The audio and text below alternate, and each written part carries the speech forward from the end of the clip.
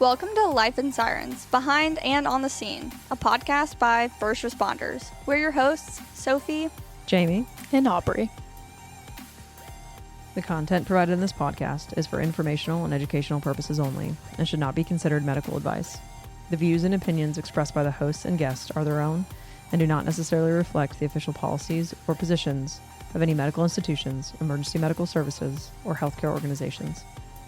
Patient privacy is a top priority, and all discussions involving real-world emergency situations are de-identified and altered to ensure confidentiality. Always consult with a qualified healthcare professional or your local EMS protocols before making any decisions regarding patient care or medical practices. Listener discretion is advised, as some topics may include discussions of real-world emergency situations.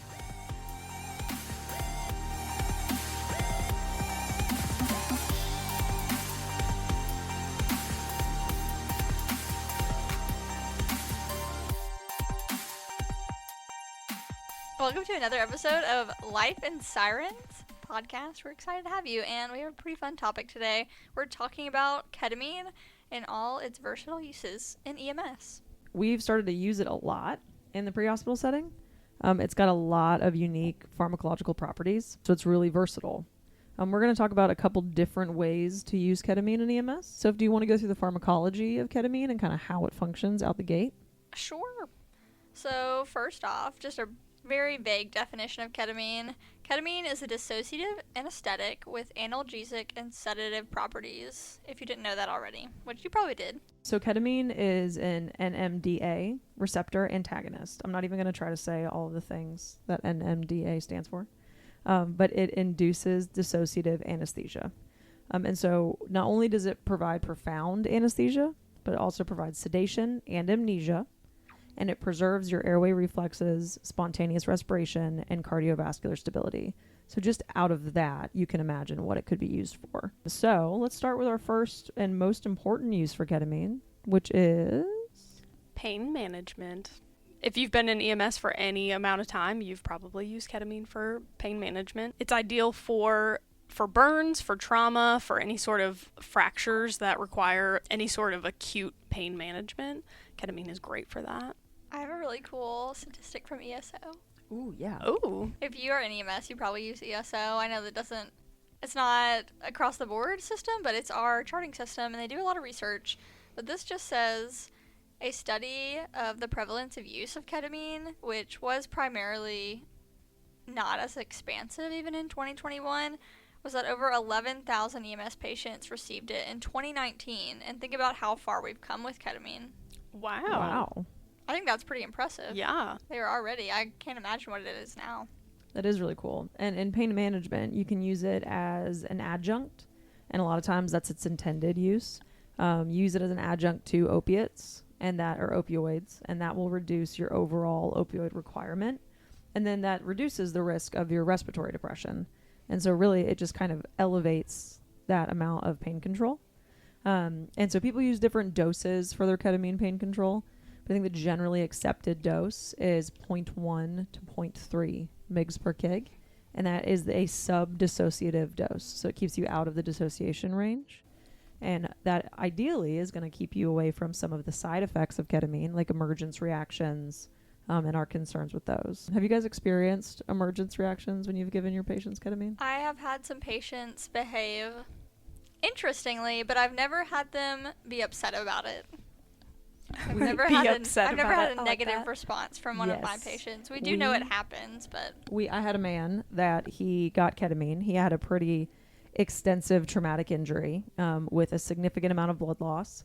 And we used ketamine for pain control because he needed many a tourniquet, and those hurt really bad. Because as we know, ketamine has a pretty low duration, has a short duration, which is great for a lot of things, but you have to dose it pretty frequently. I was a new medic. I was new to ketamine dosing, and I was probably a little too far out on each of his dosages, so I was not keeping his emergence reactions at bay. And his was just to yell.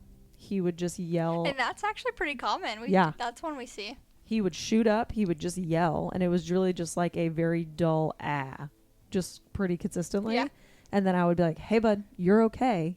And he would look at me and go, okay, and would lay back down. Well, that sounds middle of the road for responses for right? sure. That was the first emergence reaction I ever experienced, and it was pretty benign for Yeah. what I anticipated emergence reactions being like. So that was interesting. Now, with your pain control dose, because it's ideally sub-dissociative, you should not experience that, but everybody's body chemistry is different. So even if it's intended to be sub-dissociative, just be aware Right. that they could reach a dissociation range. I think it's also important to talk about the onset and the effects and peak effects and kind of the half-life of ketamine, especially in our uses. So for IV administration, the onset is 30 seconds to a minute. The peak effect is going to be about a minute to 5 minutes. And then for the IM dose, you're going to see onset 2 to 4 minutes and a peak in 5 to 10 minutes. And then IN, typically the onset is 5 to 10 minutes and with the same peak effect of 5 to 10 minutes. And so I think that's important to remember, is that your onset is very rapid, but so is your half-life. So fear not. It's one of the shortest half-lives of any of the analgesics that we use typically. So one thing that I think is really interesting about the pain management dose is that if you do accidentally reach yourself into the dissociative range because it's so short, a lot of times, and I don't know that we're the only EMS agency that does this, but a lot of times I will dose a patient, like not necessarily right before, but close to right before we go into the ER, because I know that their assessment and things are going to take quite a while for them to get pain control on board. And so a lot of times that becomes a habit just based off what ER you transport to, that you will give them a pain dose prior to bringing them in. Be conscientious if you are in a dissociative range. 100%. Because sometimes what that looks like is altered mental status. And I will say too, so your half-life for specifically the IV duration is only 15 to 30 minutes. So if you wanted to maybe adjust things a little bit, maybe in your 15 minutes out, you could give that dose. I know we're typically used to giving that fentanyl dose or that Dilaudid dose like right before we go in. If you could adjust that maybe a little bit for ketamine, so possibly we don't put anyone in a panic when they believe that your patient, before they've got an EMS report, is altered significantly. That might be a good option. So that's pain management. What else can you use ketamine for? So many things. We love ketamine. Here is a topic: hypermetabolic behavioral emergencies, previously known as The most controversial, please don't use this term anymore. It is problematic. excited delirium. I know that there has been a lot of controversy around this topic and around the use of ketamine in these situations. However, there is still a need to give these patients sedation to alleviate their hypermetabolic state that they are in. There is still a need to treat these patients. But with that, there is a huge call to be very diligent. As with any time that you're giving a sedative, there is a huge call to monitor your patients, do an assessment on your patients, and treat your patients accordingly. So I think that when you're talking about a hypermetabolic behavioral emergency, it is counterintuitive to think that these patients are fragile, because a lot of times they seem to us the opposite of that. They can be extremely agitated. They are very strong. And sometimes when it's paired with those behaviors that are violent, you think that they're not fragile. But truly, these are some of the most fragile patients that we have. Absolutely. This is a true medical emergency when you are in true hypermetabolic behavioral state. Absolutely. And their bodies are really on the brink. They're so heightened and to such an elevated level that, one, we need to stop that event. We need to stop that hypermetabolic event within their body. But secondly, when we do, there's always a chance that they're going to decline, and they're going to decline rapidly. And the risk versus reward of that is by not stopping that event, they're going to decline eventually. Suddenly. And It's more going, sudden. Yes, it's going to be fast, and it's going to be a large collapse. Yes. The goal is to control bringing down that elevated hypermetabolic state. And the reason that we want to do that is truly to preserve their organ function, their perfusion status, all of the things. Absolutely. But you have to be, like what Aubrey said, you have to be diligent. You have to recognize that these patients are fragile. So this is not just stopping an outward behavior. You are stopping a lot of internal forces. Absolutely. And you have to monitor your patient accordingly. You need to monitor this patient the way that you would monitor somebody in severe respiratory distress, the way you would monitor somebody during a cardiac arrest. You want to have every possible monitoring capability that you have on these patients. Sometimes that means that monitoring comes after the sedation because you have to be able to monitor them. Right. But I think that that's something that we fail to talk about, is that these patients are not just big and scary. You also have to recognize that they're fragile at the same time. They are very sick. If you're in this true state, you are at risk for sudden cardiac arrest, extreme tachycardia and hypertension, acidosis in the form of rhabdomyolysis, hyperthermia, respiratory risk, including respiratory arrest. Like, you are very sick. And I think that's just a reminder, we're treating this medical sickness. We're not treating the behavioral side of it. We do need to get them calmed down so we can fully assess them, but the reason we provide ketamine in this situation is to eliminate the kidney damage and the risk for cardiac arrest and all these very scary things that can happen. Yeah, last year we did a scenario at one of the paramedic schools in our region, and we presented all of the paramedic students and the EMT students with a hypermetabolic behavioral emergency patient. And it was right when this topic really became controversial, and it was very interesting to see the hesitation in pulling the trigger on sedation. And I think that rightly so. It's good to be cautious, but also you still have a duty to treat that patient. And afterwards, because this was kind of our plan, it was kind of a social experiment just as much as a medical patient, and we had made them 2 different sets of discharge paperwork that we handed them after the scenario. And if they had sedated their patient, they had a set of discharge paperwork that said, blah, blah, blah, they got discharged within this many hours, good to go. If they did not sedate their patient, then they ended up having an ICU stay, they had an acute kidney injury, they were dehydrated, they went to rhabdo, all of the things. And I think that was cool because they got a firsthand look at being able to see the difference that maybe a seemingly small treatment made on a patient. And that's real life. Yeah, and even outside of the use of ketamine and the controversy there, within that scenario, we also added in the presence of law enforcement. And we wanted the students to realize how to effectively work with their law enforcement to, one, keep everybody safe, but also keep their patients safe. And watching people try to navigate that interagency relationship was very interesting because we are clearly all civilians. And so navigating the relationships with law enforcement, we've all grown up with law enforcement really being like that ultimate authority. And to be able to work hand in hand with them with something that those officers, and this was by design, not saying that all officers don't understand, but the ones on this scene did not necessarily understand the risk that this patient was under. And that was a really interesting part of that scenario, was watching them figure out the interagency relationship to make sure that we could all work together to keep that patient safe. So as far as your dosing with ketamine with a hypermetabolic behavioral emergency, really follow your local protocols. It's really going to come down to your medical directors. There is an appropriate range that's generally accepted as like an IM dose for the specific patient population. Generally accepted is like a 4 to 5 mg per kg IM. People use less. I have not heard of anyone using more. I think that is really the max on the dosing range. Some services will use less, and there is some sufficient evidence to show that less will work. Just be conscientious that hypermetabolic does not always mean wild and off the wall and trying to beat you up. So you may have patients that are far more manageable that are still having a hypermetabolic behavioral emergency. So learn how to identify what those are and what they look like, and treat accordingly. Absolutely. And remember that you're not just treating a behavioral issue. So there's other, things you may need to assess and look for that you may not think of in your typical behavioral patient. Those include assessing for hyperthermia. These patients can become hyperthermic pretty quickly.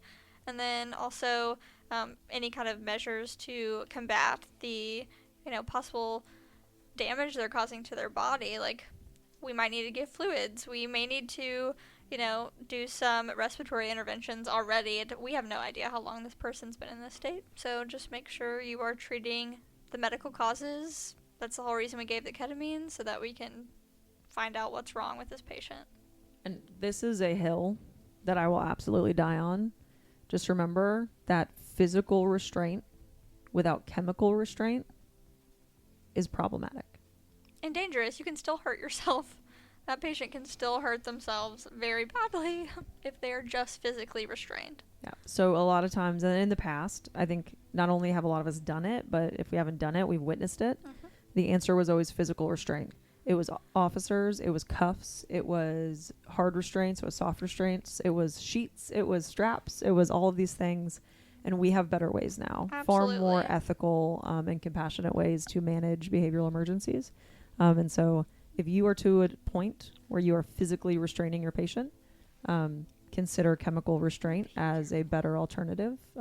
Again, follow your local protocols, your medical direction, all of those things, but keep that in the forefront of your mind. Absolutely. We've come a long way. But does anybody remember when we used to pronate patients? We did not. This was before my time, but pronate patients in between two spine boards. What? I saw it happen. I've seen it happen. And it was like a thing. Like people would do this. To restrain people? Yes. Pronate them on a spine board, their heads to the side, and they put another spine board on top of them. This was happening. So the only pronation that I ever witnessed was to pronate a patient, sit up the stretcher, not like to Fowler's, but like probably at like a 45, sit up the stretcher so they were like kind of like hyperflexed, and then soft restrain behind their back.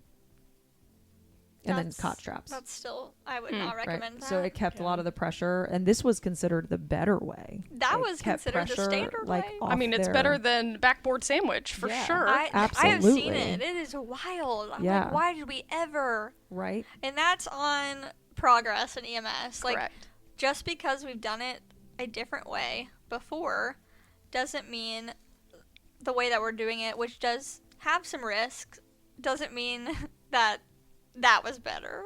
Yeah, I would argue face down backboard sandwich was far riskier. Absolutely. Yeah.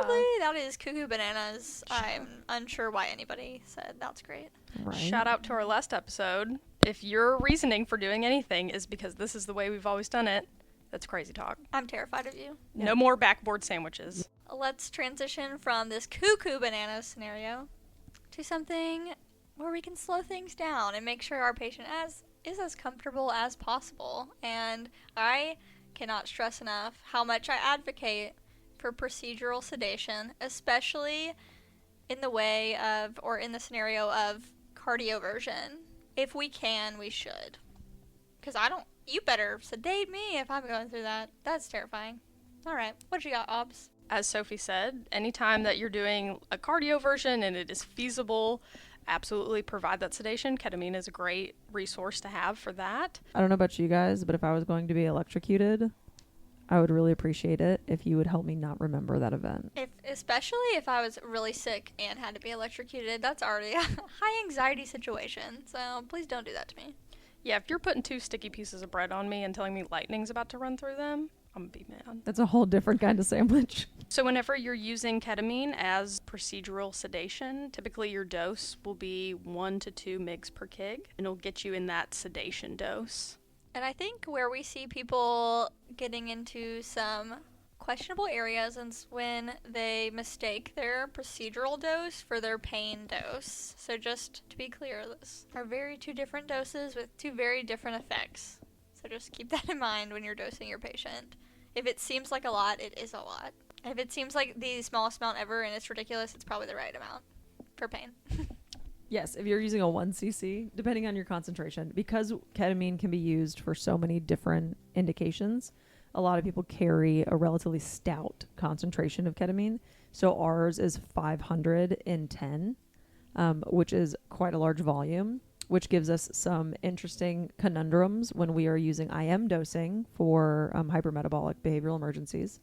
But it also puts us in a bit of a conundrum when we're doing pain dosing, because if you've ever pulled up pain meds with a 1 cc, it's a weird vibes. Yes. It's like 0.25, 0.3. Like, it's a very small amount, and it feels very strange. Really, the only time that it is comfy to draw up our dosing of ketamine is when you're using the procedural sedation dose, because it feels like a normal amount. 100%. Yeah, so 1 to 2 mg per kg IV. And then if you've ever been present in an emergency room when they do procedural sedations for reductions of dislocations or setting fractures or casting, things like that, you will notice that they very meticulously monitor airway. These people go on end tidal A lot of times there's an RT present when this is happening. So same deal. If you're going to cardiovert someone, I would say that's our most frequent intervention that we would use procedural sedation. Put your patient on end-tidal. Make sure that all of your monitoring devices are in place prior to this. That should be a standard of care. Anytime you're giving a substance that has the potential to cause altered mental status, you should always be on end-tidal. You need to have something that can as closely and as accurately monitor hemodynamic stability as possible. Do all the things. It's not going to hurt you.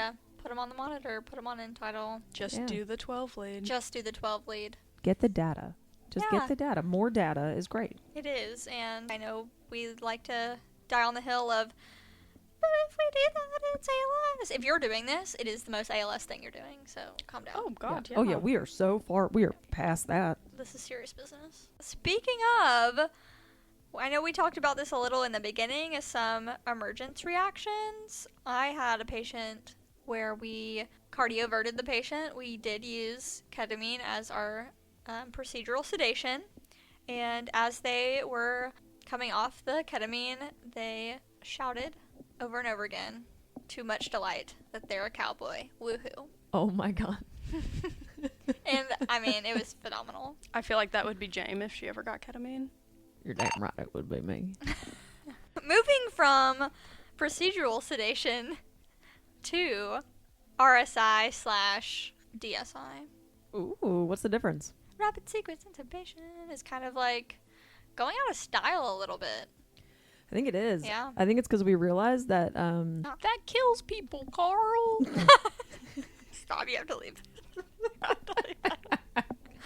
yeah, I think RSI is going a little bit out of style. I think it's because we realized that rapid is not always like the answer. I think quick and controlled Yes.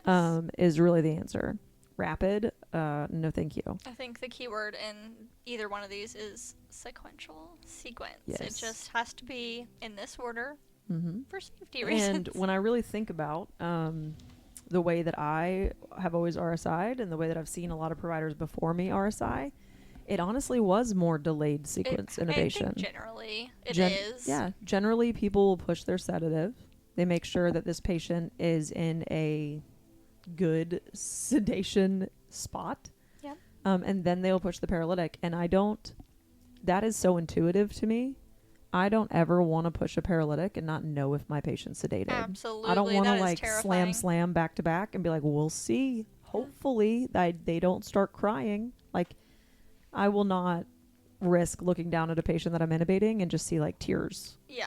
I No. will sedate you and wait. We have BVMs. I can bag you. Pre-oxygenate, yeah. We're gonna pre-oxygenate. We're gonna put a cannula on you. We're gonna high flow you. We're gonna Nitrogen do washout. yeah. Ooh. Whoa. So, when you're looking at your airway management, RSI or DSI, so either one, I think you know which one we prefer. Ketamine is a fantastic induction agent, but you do have to be conscientious. So traditionally, we use a sedative agent, we use a pain control agent, and then we use a paralytic. Ketamine can be both your sedative and your pain control, which is fantastic. But be aware that it does not have a respiratory depression aspect. It also does not depress your gag reflex. So I don't know if people are still doing this, but do people still do like medication assisted? I think there are some Intubation? states where that is the only option they have for most field medics. For most field medics, if you find yourself in a situation where you're doing medication assisted intubation, so you have a patient that is kind of on the edge and then you're going to give them some medicine to assist with that intubation, ketamine is not your boy, because it does not reduce your gag reflex and does not reduce your respiratory drive. So these patients are going to remain intact in that regard, and you're going to be in an uphill battle. Yep. For Be sure. cautious. If you do use ketamine, pair it with a benzo to help you over that edge, or an opiate, whatever your protocol says. Yeah. So why is it useful in airway management? What kind of things can it do? Well, one thing it can't do is dry secretions. It can't. Cannot. Be aware. Pre-medicate. Pre-medicate. So within airway management, so we talked about RSI, we talked about DSI, but what about other airway interventions? Can ketamine be used for other stuff? Ooh, this is so fun. I'm excited. And I think this is one of the ones that people don't often think about or know about because it's not a standard of care. But it is an interesting and effective method of care for a lot of scenarios. Ketamine in severe asthma. If you didn't know, ketamine is actually used for bronchial dilation. So ketamine has a direct effect on relaxing the bronchial smooth muscles. It acts on the NMDA receptors by inhibiting calcium influx. So it makes it especially effective in severe bronchospasm or those status asthmaticus patients, especially when we're really trying to avoid intubating these patients at all costs. So why don't we use every tool in the toolbox possible? It also serves you in the way other sedatives might not, and promotes your hemodynamic stability, so you don't have significant risk there. And then your respiratory drive in these low doses, which it is for asthma, it won't affect your respiratory drive there. That's very cool. Yeah. What's the dosing for asthma? So it is a subdissociative dose as well. It's an IV dose, so a bolus of 0.1 to 0.2 megs per keg over 1 to 2 minutes. And then a continuous infusion after that of 0.1 to 0.5 megs per keg per hour. And you can titrate that as needed. So very effective and very, not very often used. But it's something to consider if you want to get medical control on board. Yeah, it's just another tool in your toolbox to be able to at least call for orders for. And obviously, you're going to start with your typical treatments for these asthma patients or status asthmaticus patients. So you're still going to provide the albuterol and the steroids and maybe the mag and all those things. So we have tried everything else. Now what? Is there anything else strange, or not even strange, but that we don't traditionally use ketamine for that it can't be used for?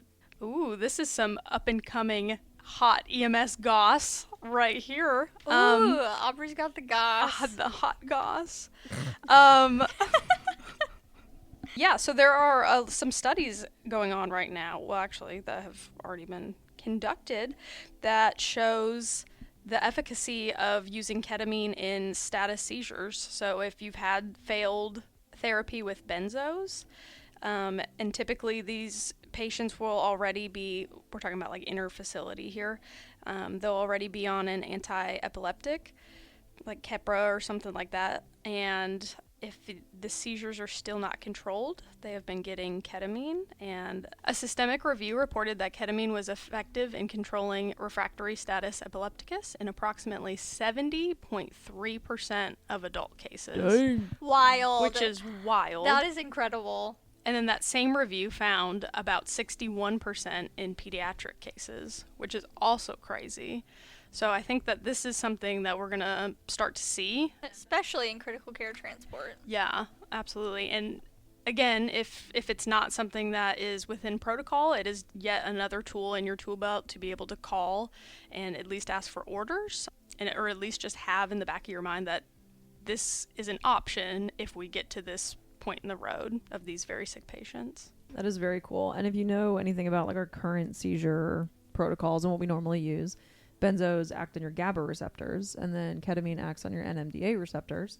And that is significant just because it decreases your excitatory neurotransmitters. And so it basically, ketamine is just like, can you chill? Can you please chill?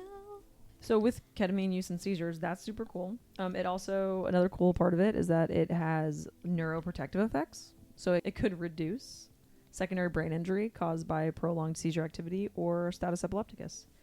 Also hemodynamic stability. And we've talked about that in other regards as well. But unlike benzos or propofol or, another sedative agent, ketamine does not typically cause hypotension. And it's an excellent choice for your patients that have been in status for a really long time and they're becoming really clinically critical. Ketamine can help kind of bridge that gap, which is cool. That is incredible. That is life-saving right there. That's so significant. We are going to see more of this coming up. Yeah. And if you're in a position where this patient is needing airway management, ketamine's also a kind of a bridge to your RSI. If you have a patient that's in status, it can be kind of a dual use, which is really cool. So that's what we've got for you for ketamine use in pre-hospital medicine, pre-hospital and inter-facility care. And some new up-and-coming things. But ketamine is used in a lot of other places, too. It's used in a lot of lifestyle and treatment of some more chronic conditions. What do those look like? What else can we treat with ketamine? a new method of treating things like, for example, chronic pain or other chronic conditions. More specifically, we're seeing this low-dose ketamine in a chronic use for depression, especially patients with PTSD and complex PTSD. And there are significant studies that are showing this is the new method. And right now we're often seeing that these patients have to fail, 5 or 10 different, antidepressants or other medications to control their mental health or psychiatric conditions, but we're moving to a point where this is becoming actually a first line, where these patients aren't having to suffer through failing medication over medication, and the efficacy is there. And it's saving people's lives. Absolutely. Patients that repeatedly fail treatment, especially with chronic depression, PTSD, things like that, if you're failing treatment within these conditions, your risk of suicide and your risk of self-harm and really like life-ruining behaviors goes up and up and up every time you fail a therapy. So it's really cool that there is a therapy that can kind of stop all of that out the gate. Absolutely. Which is pretty nifty. And I don't think that this is necessarily new medicine, but I think what's becoming so exciting about this is that it is becoming so much more accessible. And I think that that is huge. Yes, and you may hear, so we classically are calling this medication ketamine, but more specifically, this is S-ketamine. So it's a little bit different. It has emerged as a treatment for this resistant type depression, and it's typically administered in a nasal spray in a clinic. There's medical administration of this drug in the clinic, but there's also a psychiatrist on staff when this is happening, so they're doing a lot of amazing things. And it's cool, ketamine, so similar to all of the different ways that we've talked about already, the way that it works, it treats PTSD and depression in a similar way, just kind of a different aspect of its mechanism. So it's the same thing. It's the NMDA receptors. It blocks them. It also enhances the activity of a protein or a chemical called glutamate, and that's your brain's primary excitatory neurotransmitter, which sounds a bit counterintuitive, but it promotes synaptogenesis. So basically it promotes the formation of new neural connections. It's thought to repair and strengthen neural circuits that are damaged by chronic stress, trauma, and depression. So it can increase your neuroplasticity and really truly help you create new neural pathways or repair the old ones that you keep running down consistently, which is very cool. I think what also is so unique about this treatment is how rapid Absolutely, I was is just the about onset. to say that. Yeah, how rapid the onset is compared to traditional antidepressant medications. Absolutely, because you get put on antidepressants and they're like, I will see you back in a month.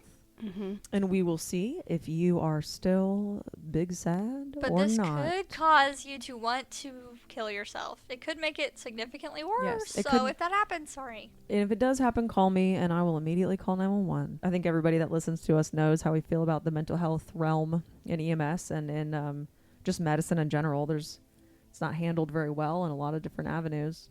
And this is something that is so cool because you have somebody that has severe depression, severe PTSD. They can go in and they will feel better within hours. It will be an improvement within hours. And then you continue to do those infusions every couple of weeks. And I think everyone's frequency is variant, but every couple of weeks. And it has been shown to be especially effective in people that have suicidal ideations. Yes, and almost always, at least in the studies, and this is how the medication is delivered, it's paired with, an antidepressant or some other chemical drug intervention that you're going to take every day. But I think we see a lot of relapse prevention too, and studies have shown that S-ketamine has been effective in preventing relapse in patients who have achieved remission. A study found that continued treatment with S-ketamine nasal spray, even as infrequent as every 6 months to once a year, have had significant delayed relapse compared to the placebo patients. So in these, you go get a ketamine infusion to treat one of these conditions. Is that it? Like you just go to ketamine, or do you go to therapy? Do you what else do you do? Patients who receive S-ketamine as a therapy for depression are often encouraged to follow their treatment day with a therapy day. So you need to be in therapy as well, typically. And the therapy is so effective on these second days or 24 hours out from treatment because of your ability to process and the promotion of, your synapses and all this to go along with it. So these patients are on a medication, they're on the esketamine, and they're also in therapy. But these are patients where everything else has failed, and there's almost no hope for these people. So doing one or two things like this, I think that is life-changing, and I'm very proud to say that it's very common in our state. And if you guys are interested in this, our next episode is gonna dive a little bit deeper into the uses of ketamine in like a more of a lifestyle and less of like the pre-hospital field. And I think that can be really valuable for first responders, because we all know that PTSD is something that is really big in our field. We also know that a lot of first responders were also first responders in another capacity before they started doing EMS. A lot of people are ex-military. Some are ex-law enforcement. People have come from different areas as well. And so PTSD is pretty rampant And in our career. esketamine is actually becoming a first line. It's becoming a first line intervention for severe PTSD. That's awesome. And a lot of the mechanisms that we've already talked about, the dissociation and some of that dosing, it can assist you in addressing some traumatic events without having as big of an emotional reaction to it. And so if you guys have ever heard of exposure therapy or behavioral cognitive therapy, things like that, ketamine can be an adjunct tool for those things, which is cool. So our next episode is going to dive deeper into that. But for today, for this episode, we are wrapped up with our ketamine uses in pre-hospital med, and we are going to move on to some trivia. So My favorite part of the episode. What would be concerning in a patient's history that would kind of contraindicate you giving ketamine? This is more specifically for a hypermetabolic behavioral emergency patient, that you would want to negate ketamine and probably just use benzos. they already beat my once on ketamine.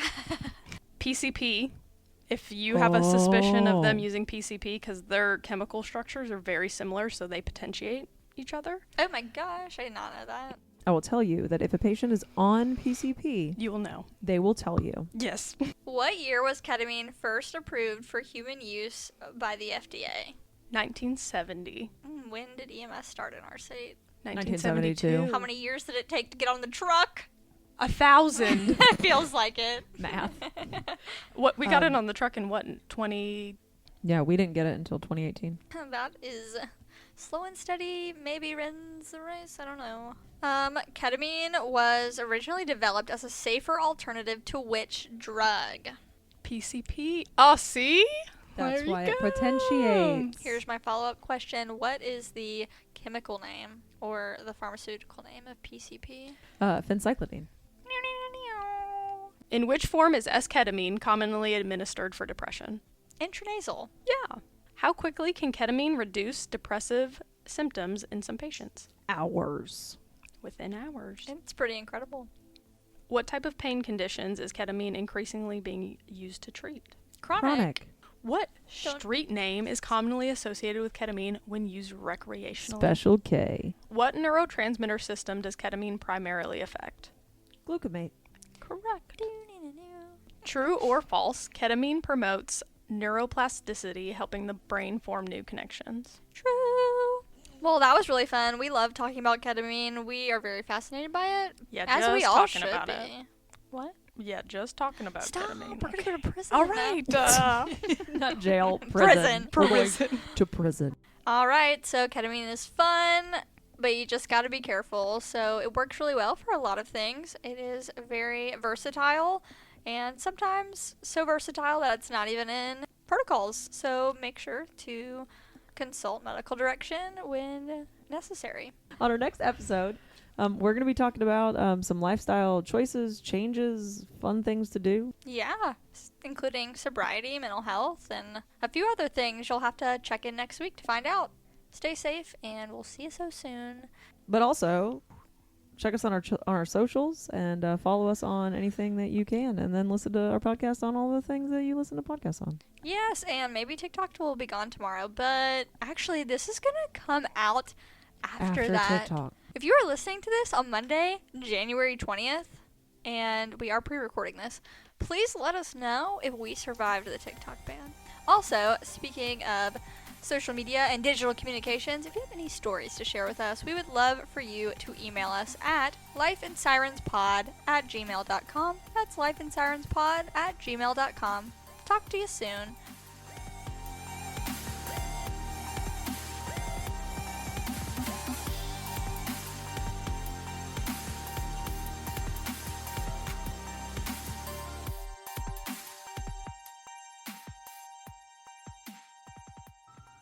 This has been Life in Sirens, produced by 3 nerds trying to bring you content that you might actually care about.